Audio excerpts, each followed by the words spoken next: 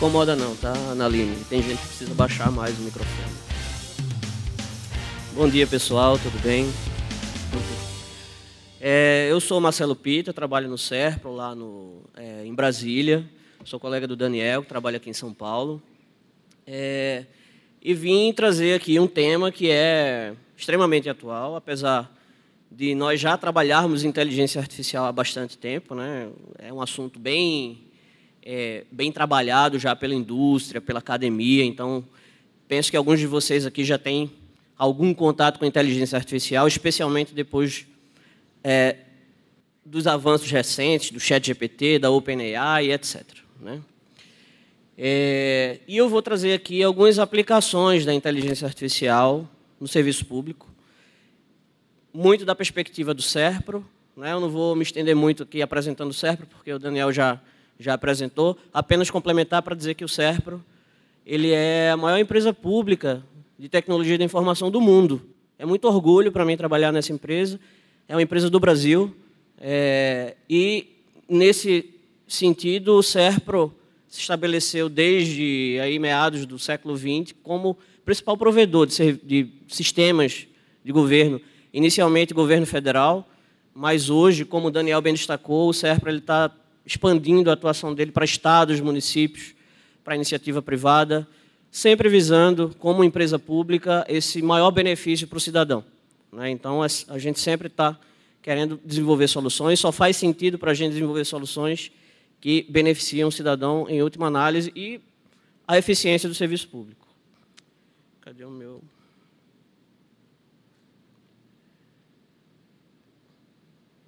O Serpro ele desenvolve, vocês devem ter contato com uma quantidade muito grande de sistemas que o Serpro desenvolve, não vou me estender muito aqui, né, mas sistemas para a Receita Federal, sistemas avançados de software que a gente desenvolve para vários ministérios, estados e municípios, até soluções de infraestrutura também, né? Bom, o Naline já me apresentou, eu estou como gerente da divisão de modelagem preditiva e produtividade e inteligência artificial do Serpro. Aquele QR Code ali, vocês podem pegar os meus contatos, tá? Então, fiquem à vontade para me adicionar, mandar mensagem, ligar, o que for necessário, se for preciso, se vocês quiserem.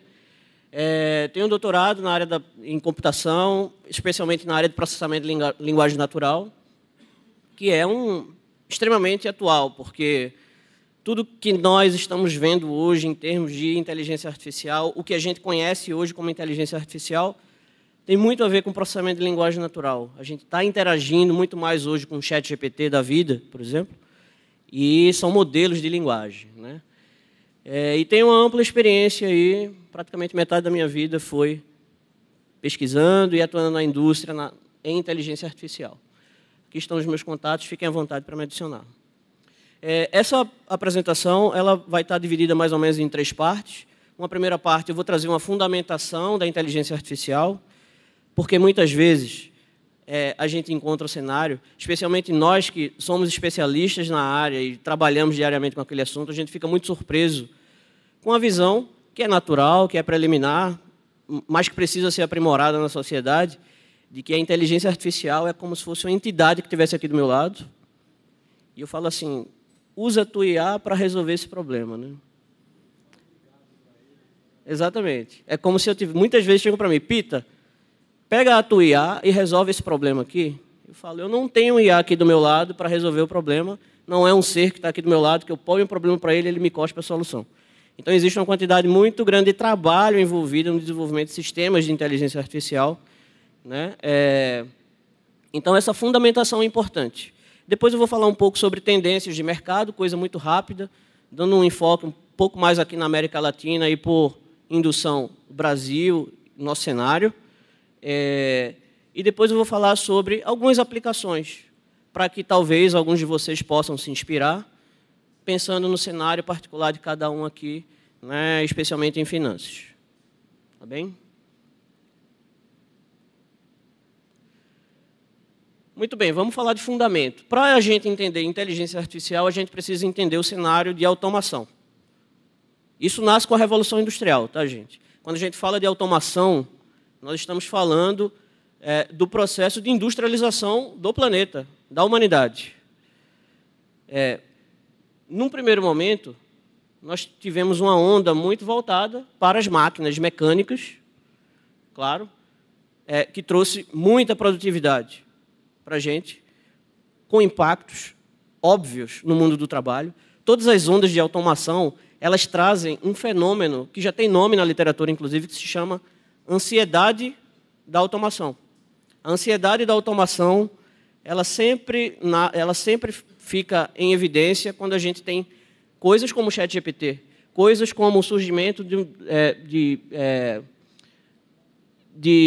máquinas mecânicas, coisas como o surgimento de máquinas elétricas, que têm o potencial de substituir o ser humano. Vamos falar em português claro. Essa é a nossa ansiedade. Essa é a nossa preocupação principal quando a gente fala de inteligência artificial, em última análise. Mas a gente teve um primeiro movimento lá no século XVIII, depois a gente teve uma segunda onda de máquinas elétricas. Ali a gente está automatizando principalmente a força de trabalho física.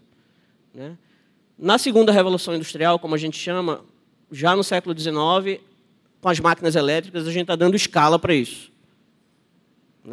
Então, se eu tenho uma máquina que consegue substituir algumas dezenas de seres humanos, agora eu tenho máquinas que conseguem substituir milhares de seres humanos e colocar aquilo em escala para distribuição mundial. Lá no século XX, década de 70 principalmente, vieram as máquinas de computação. Aqui a gente já começa a falar de um outro tipo de automação. Não é mais a automação da força de trabalho, da força física, vamos falar assim, do humano. A gente está falando de automação de processos. A computação ela nasce para automatizar processos. Só que, até então, a gente tem uma certa proteção, tem uma parte especial humana que ela é muito cara para nós e que estava até então protegida, que é a nossa inteligência. Então, você pode dizer, tudo bem, nós estamos substituindo lá o cavalo no início do século XX para transporte e agora nós temos veículos, automotores, certo? Que estão substituindo. O cocheiro teve que se adaptar para virar um motorista de veículo, mas a inteligência não foi substituída. E hoje a gente vê um cenário em que uma parte dessa nossa capacidade de raciocinar, de pensar sobre problemas e resolvê-los, ela pode ser apoiada por máquina. E é isso que eu queria sugerir, que a gente tivesse uma visão muito mais de apoio, que vem dessa visão mais humana mesmo e mais responsável sobre o trabalho. A gente precisa ver a inteligência artificial de maneira muito responsável nesse sentido. Mas, sim, ela ocupa um espaço que nos dá muita apreensão, nos deixa muito apreensivos, que é esse espaço da inteligência. Então, quando a gente fala de máquinas inteligentes, estamos falando de automação da inteligência. Vamos tomar o ChatGPT como exemplo, então, que todos, imagino que a maioria aqui conheça. Então, quando você escreve um texto bem elaborado, aquilo ali é um produto muito natural da sua inteligência, da sua capacidade de articular ideias, de colocar aquilo em linguagem humana, de se conectar com outro ser humano. Com o apoio do ChatGPT, a gente consegue ter uma automação desse processo. Pode ser que a gente leia o texto gerado pelo ChatGPT e vai dizer assim, não está tão bom não, porque existe uma certa característica da minha audiência que eu gostaria de explorar e ele não está captando isso. Existem aspectos humanos que são importantes que a gente precisa estar presentes. Mas, sim, uma parte dessa automação está sendo feita. E a gente precisa se adaptar para isso.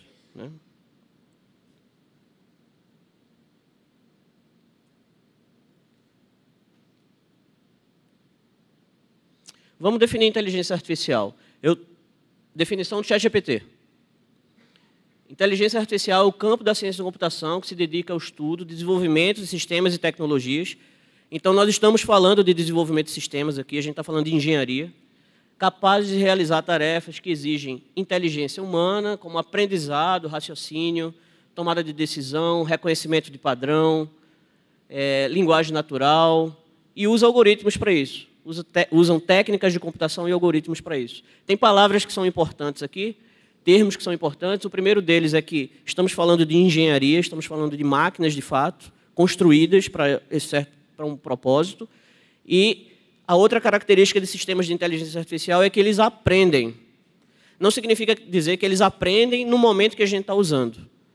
Mas como o Daniel bem destacou na palestra dele sobre dados, né, existe um momento em que esses sistemas aprendem, em que eles são treinados para resolver um certo problema.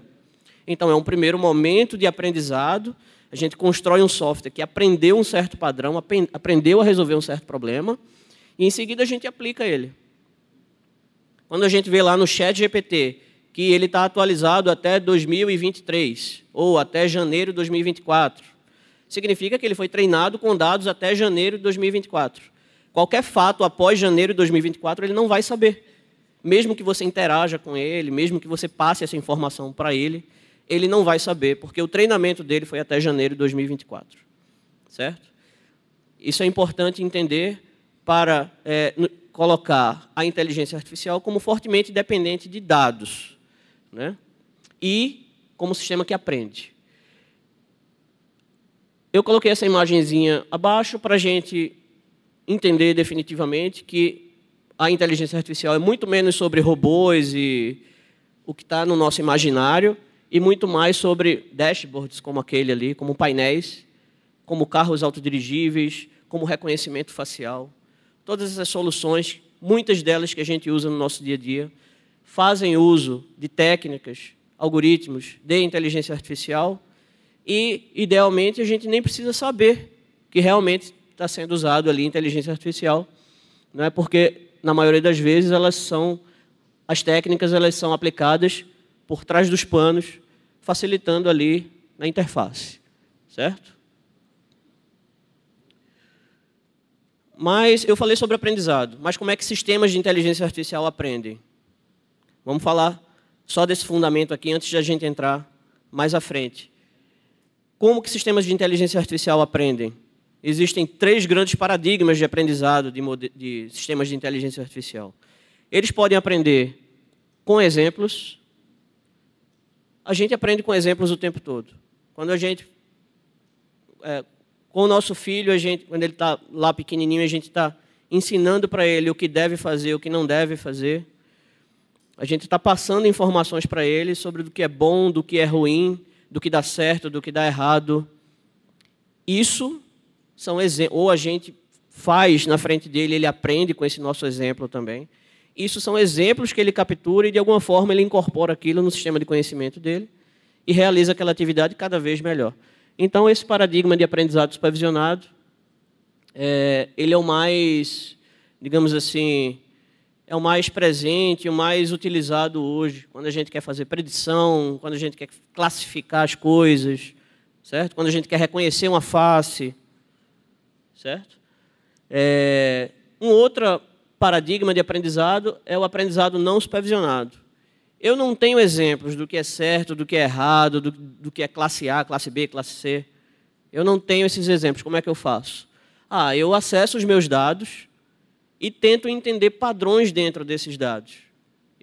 Eu tento identificar grupos. Eu tento identificar tendências. E isso é uma forma também de se aprender. Uma outra forma, cada vez mais utilizada, é o aprendizado por reforço, que vamos usar o exemplo da criança também, ela vai lá e pôs o dedo na tomada e levou um choque.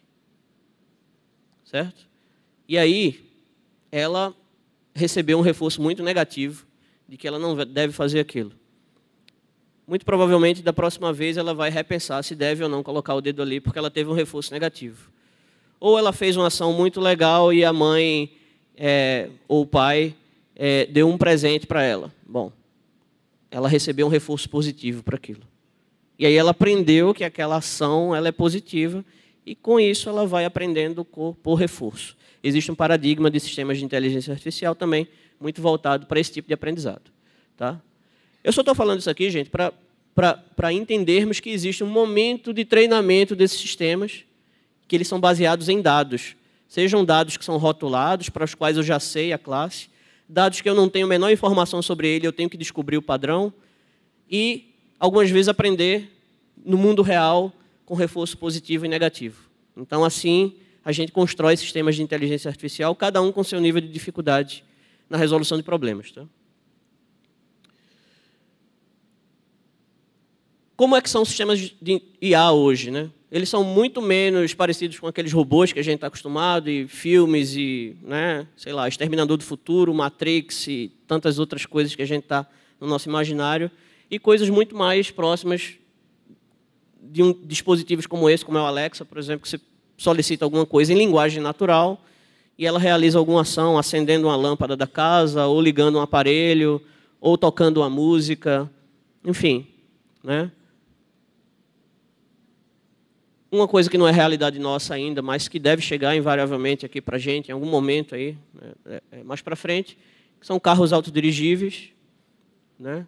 Eliminando, vamos pensar assim, o componente emocional do ser humano na direção de veículos. E aqui tem muita complexidade envolvida, né? É complexo para a gente, muitas vezes para a gente, nós seres humanos, dirigindo em certas estradas, em condições diferentes de luminosidade, às vezes emocionalmente abalado com algum outro fato que não tem nada a ver com dirigir, e aí a gente acaba, né? Para sistemas inteligentes também existe essa dificuldade da compreensão do seu mundo ao redor e das regras de trânsito para que aquilo se cumpra, né? Aqui corrompeu a imagem, mas eu vou descrever para vocês. Isso aqui é o Spotify. Quando o Spotify recomenda músicas para a gente, ou ele recomenda uma playlist que é muito adequada para você, na verdade, ele está analisando as várias vezes que você escutou música no aplicativo, entendendo quais são aqueles estilos musicais, o tipo de música, até entrando no detalhe de como a música é, para te recomendar músicas similares ou complementares que ele entende que aquilo são legais para o seu gosto musical. Não funciona muito comigo, porque a minha playlist é uma bagunça, é um caos, então assim, a recomendação do Spotify para mim é sempre muito aleatória. Então, mas funciona, certo? Então, tem sistemas de inteligência por trás disso também. Ou quando a gente vê uma legenda automática lá no YouTube, que é gerada a partir de uma certa fala, né, no vídeo. Então, isso também tem sistema de inteligência artificial que pega aquele áudio, identifica o que está sendo falado e projeta a transcrição automática, ou fazendo tradução, né, o que der para fazer com a linguagem. Quando a gente curte também lá no Instagram ou outra rede social qualquer, né, alguma mensagem, alguma postagem, enfim, algum vídeo, o que seja, a gente também está reforçando aquele tipo de postagem. A gente recebe recomendações de vídeos que também têm a ver tanto com aquilo que a gente gosta, unindo com propósitos comerciais da própria rede social, enfim. Também tem sistemas de inteligência artificial por trás de todas essas recomendações que são geradas. Então, quando a gente fala, o algoritmo me recomendou, na verdade, a gente está falando de uma coisa extremamente complexa por trás, não é um algoritmo, a gente está falando de uma máquina por trás, baseada em inteligência artificial, que gera essas recomendações para bilhões de usuários. Ou quando a gente vai no aeroporto e usa um sistema como o sistema de reconhecimento facial desenvolvido pelo próprio SERPRO, para minimizar a burocracia de recebimento de documentos e ali ter o embarque mais seguro. Certo? Ou o ChatGPT, vocês todos estão acostumados, virou o amiguinho de todos nós, né? A gente vai lá e faz consultas sobre de vários tipos para nos apoiar no trabalho, para gerar textos mais com certo tipo de linguagem que a gente não domina. A gente pode usar o ChatGPT para isso, pegar informação sobre um certo domínio que a gente também não conhece. Então, tem sido cada vez mais usado o ChatGPT, muitas vezes criando grandes dependências tecnológicas que são preocupantes. Então, é preciso que a sociedade se eduque, de uma maneira geral, para usar tecnologias desse tipo. Vamos falar um pouquinho sobre tendências de mercado de trabalho, né? Porque a inteligência artificial é uma grande fonte de geração de ansiedade da automação. Os dados que eu trouxe aqui, eles são de um survey de 2023, do futuro do trabalho lá do Fórum Econômico Mundial. Esse primeiro slide, ele traz as tendências no mercado da inteligência artificial no mundo, certo? Isso pensando nos anos 2023 até o ano 2027. E observem que no top 15 de tecnologias que estão sendo mais usadas, a inteligência artificial está lá em 5 delas, certo? Aqui a gente está falando de postos de trabalho, né, que são gerados. Então, a inteligência artificial está em primeiro lugar ali, e 7 assuntos relacionados à inteligência artificial estão no top 20. Tá? Isso para a gente entender que, ao mesmo tempo que existe um potencial para a inteligência artificial impactar o mundo do trabalho, isso de fato vai acontecer, a gente não tem como fugir disso, ela também traz um grande potencial de novos tipos de trabalho. Serão aproximadamente 2,5 milhões de novos postos de trabalho aí ligados ao assunto, né? O que, claro, vai exigir muita especialização das pessoas. A gente não pode ser inocente também pensar que esses postos de trabalho são para todo tipo de trabalho, então vai requerer um trabalho educacional, né? Um trabalho da educação muito forte, de estados, municípios, da nação como um todo, do mundo como um todo, né?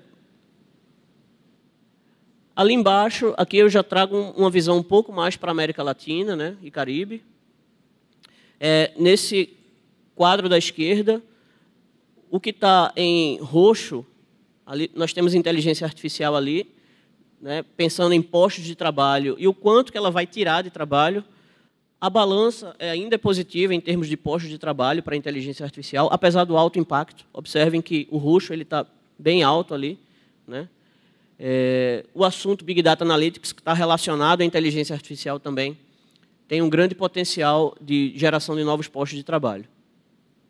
Sobre novas habilidades, inteligência artificial e Big Data estão entre os assuntos mais importantes, habilidades mais importantes para serem dominadas por nós nos próximos 4 anos. Então, é extremamente importante que a gente comece a colocar ou educar, porque as crianças começam já a usar, né, começam já a entender, começam a dominar, mas às vezes não de maneira estruturada, de maneira educada. É preciso trazer essa educação também para as nossas crianças. Falar um pouquinho sobre as aplicações. Tá? No setor público, algumas aplicações são desenvolvidas pelo SERPRO. Nós nos estruturamos no SERPRO em algumas frentes na área de inteligência artificial. Uma primeira frente é a frente de visão computacional e biometria, que envolve reconhecimento de imagens, reconhecimento de faces, os sistemas de reconhecimento facial, sistemas biométricos de uma maneira geral, modelagem preditiva, quando a gente quer prever tendências, quando a gente quer classificar documentos, quando a gente quer fazer agrupamento, enfim. IA generativa, claro, incluso aí GPT, Llama, Gemini e outras tecnologias aí que alguns de nós conhecemos. Ferramentas conversacionais, chatbots, principalmente, otimização e um trabalho forte com o uso de IA para antifraude também. Tá? Usando várias dessas outras tecnologias para apoiar combate à fraude. Aqui eu estou trazendo uma aplicação que é uma aplicação nova, recente até, mas eu fiz questão de trazer aqui porque tem muita relação com o trabalho de fiscalização, que é o painel de inteligência fiscal, que foi uma demanda inicial da Prefeitura de Curitiba. A minha equipe desenvolveu esse painel, na verdade, que está sendo cada vez mais aprofundado com possibilidades de uso de inteligência artificial, mas aqui nesse painel especificamente, a gente trabalha a união de duas fontes de informações que são muito importantes, que é a nota fiscal de serviço eletrônica e a DIMP, que é a declaração de informações de meios de pagamento, meios eletrônicos.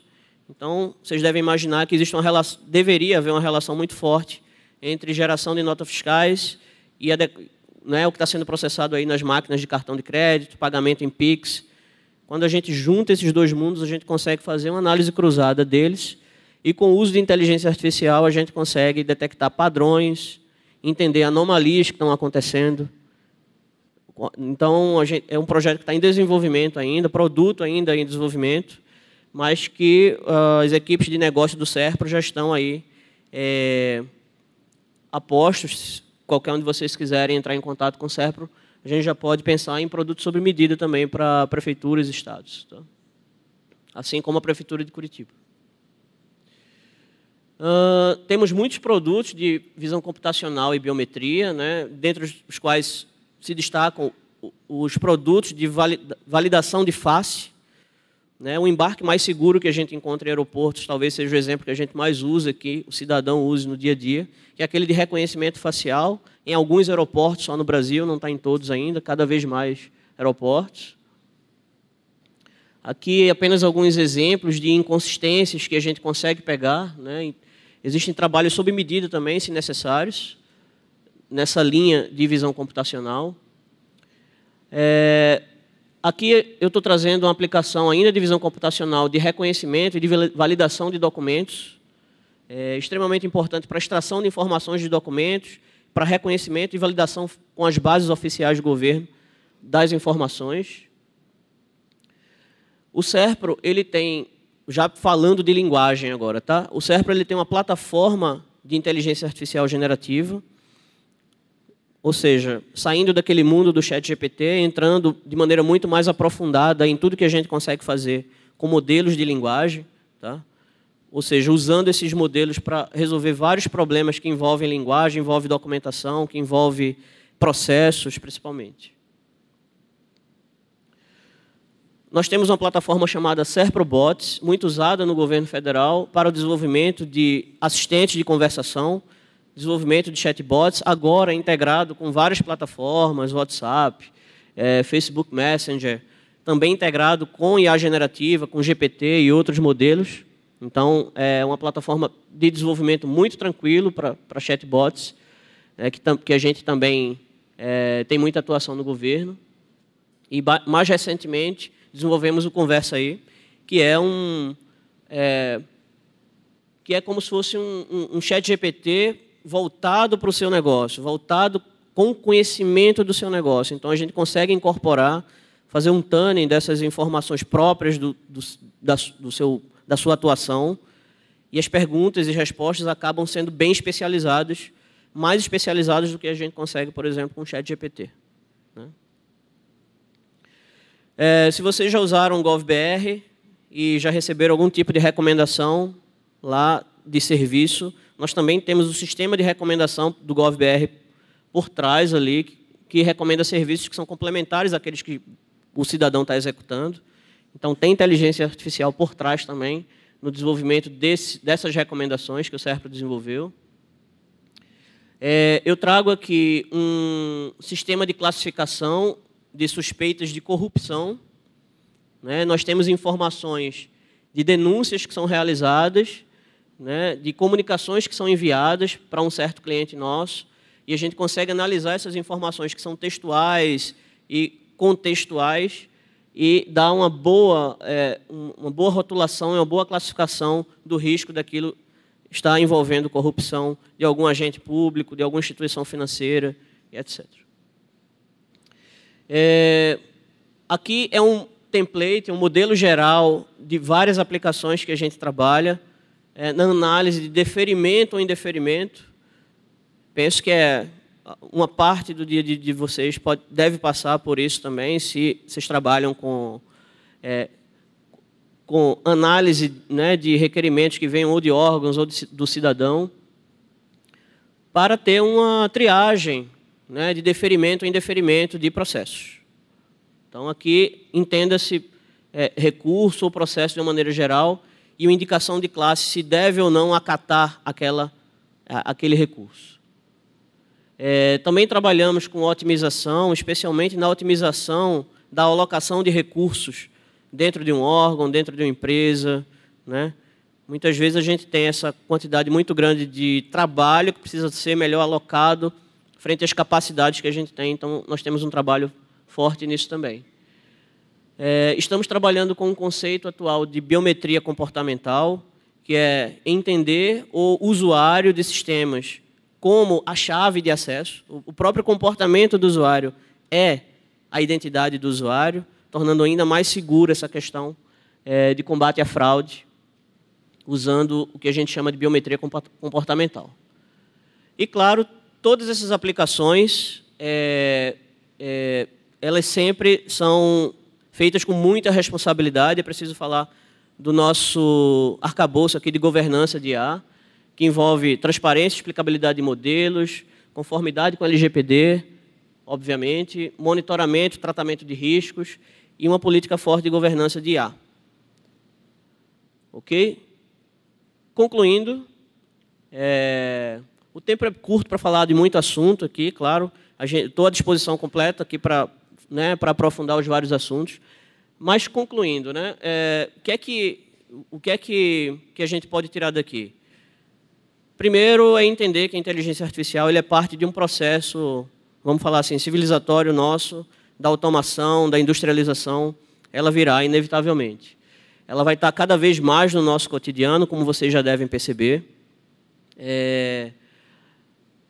As pesquisas elas indicam que ela tende a aumentar o número de empregos muito mais do que destruir empregos. E proponho aqui, é o que está sendo feito de maneira geral, que a IA seja vista como apoio à tomada de decisão e não como substituta de tomada de decisão, até pensando em IA responsável. E colocar o SERPRO à disposição, tá, para apoiá-los no que for necessário, né?